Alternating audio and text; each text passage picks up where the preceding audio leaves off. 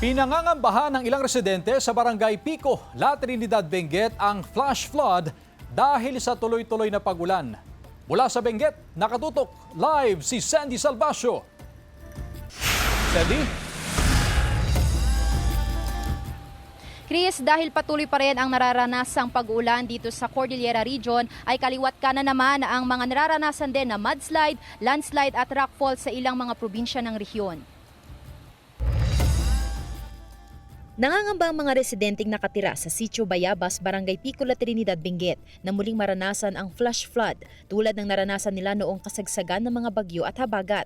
Ayon sa mga residente, halos araw-araw nilang nararanasan ang malalakas na pagbagsak ng tubig na nagmumula sa bundok dahil sa walang tigil na ulan.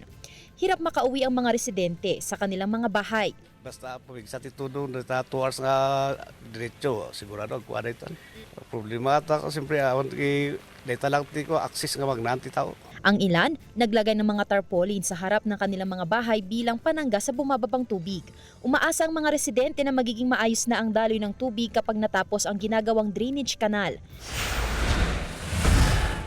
Sa Bilang Bilis, Kapangan, naipaulat ang debris flow sa kahabaan ng Governor Bado Dangwa National Road. Pinag-iingat ang mga motorista at iba pang biyahero na dumaraan sa naturang ruta. Sa Ukab, Itogon, isang puno ang bumagsak sa gitna ng kalsada matapos gumuho ang lupa dahil sa tuloy-tuloy na pag-ulan. Agad nagsagawa ng clearing operations ang lokal na pamahalaan. Sa parehong barangay, isinara sa mga motorista ang kalsada matapos gumuho ang lupa sa lugar. Sa isang video, makikita ang pagguho ng lupa sa bundok sa Barangay Poblasyon Ato. Patuloy ang clearing operations ng mga otoridad sa kalsadang natabunan ng lupa sa Bontoc Mountain Province. Inaasahan ng mga residente ang mabilis na pagsasaayos ng gumuhong slope protection sa Governor Bado Dangwa National Highway sa Tublay, Benguet. Kasalukuyang ino-open yung part ng Bangho Daklan Tublay, yung bumigay na net. Hopefully ngayon ma-open yan. Pero may alternate route naman yan, yung mga provincial roads natin. Pero delikado pa rin. Ayon sa Mines and Geosciences Bureau Cordillera, umabot sa 1,413 mm ang naitalang accumulated rainfall sa Baguio City at Benguet nitong August 1 hanggang 9. Katumbas ito ng humigit kumulang 1.5 buwang dami ng ulan na lubharaw na kababahala.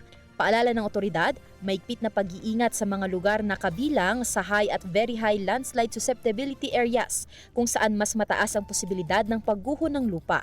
Malakas ngayon kasi nasa orange signal tayo, so mga 100 to 200 millimeters yan na ulan. Pati economy, movement, lahat affected. Chris, makikita sa aking likuran ang ongoing na pagsasaayos nitong nasirang slope protection dito sa Tublay, Benguet. At sa pakikipag-usap natin kanina sa DPWH, sa personnel ng DPWH Benguet 2nd District Office, ay nabanggit nila na pipilitin nilang maayos ngayon o bukas itong nasabing proyekto, nasirang proyekto ng sa gayon ay madaanan na ng mga motorista. Titiyakin naman daw nila na naligtas itong madadaanan ng mga sasakyan, lalo't access road ito papunta sa iba't ibang bayan ng probinsya ng Benguet. Chris? Maraming salamat, Sandy Salvacio.